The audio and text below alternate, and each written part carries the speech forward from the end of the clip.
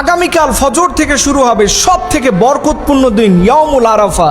এই আরাফার দিনের দোয়াই হলো সব থেকে দামি দোয়া। বছরে 365 দিনের মধ্যে সর্বশ্রেষ্ঠ দিনের নাম হচ্ছে আরাফার দিনের দোয়া। এই দিনে আপনি এই দোয়াটা কেউ মিস করবে না। এই দোয়াটা পড়ে যারাই আল্লাহর কাছে যা কিছু চাইবে আল্লাহ তাআলার সাথে সাথে তাদের সব দোয়া কবুল করে নেবে।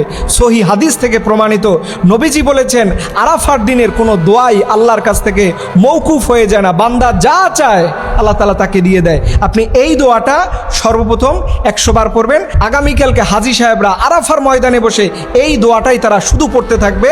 আপনারা সবাই আমার সাথে পড়তে থাকুন। লা ইলাহা ইল্লাল্লাহু ওয়াহদাহু লা শারীকা লাহু লাহুল মুলক ওয়া লাহুল হামদ ওয়া হুয়া আলা কুল্লি শাইইন কাদির। এই দোয়াটা আপনি 100 বার পড়বেন।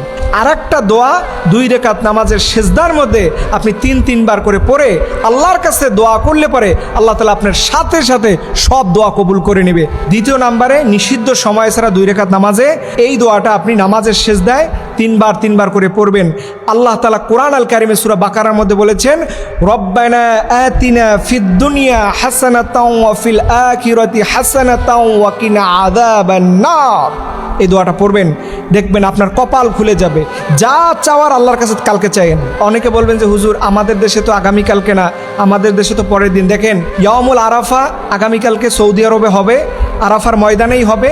আপনারা বরকতপূর্ণ দিন কেন মিস করবেন? এবং এই ইয়াউমুল আরাফা নিয়ে বাংলাদেশে ইখতিলাফ আছে, তাই আমি আপনাদের নিরাপত্তার স্বার্থে বলবো 2 দিনে আমল করুন। সৌদি আরবের দিনও করুন এবং আমাদের দেশে যেই তারিখ হবে সেই দিনও আপনারা করুন। কেন আপনারা এই বরকতপূর্ণ দিন মিস করবেন?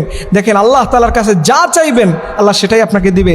এর জন্য আর যারা রোজা রাখবেন তারাও আজকের রাতেই সাহারি খেয়ে নেবেন। আল্লাহ রাব্বুল আলামিন যেন আমাদের ইয়াউমুল আরাফার বেশি বেশি করে আমল করা তৌফিক দান করে।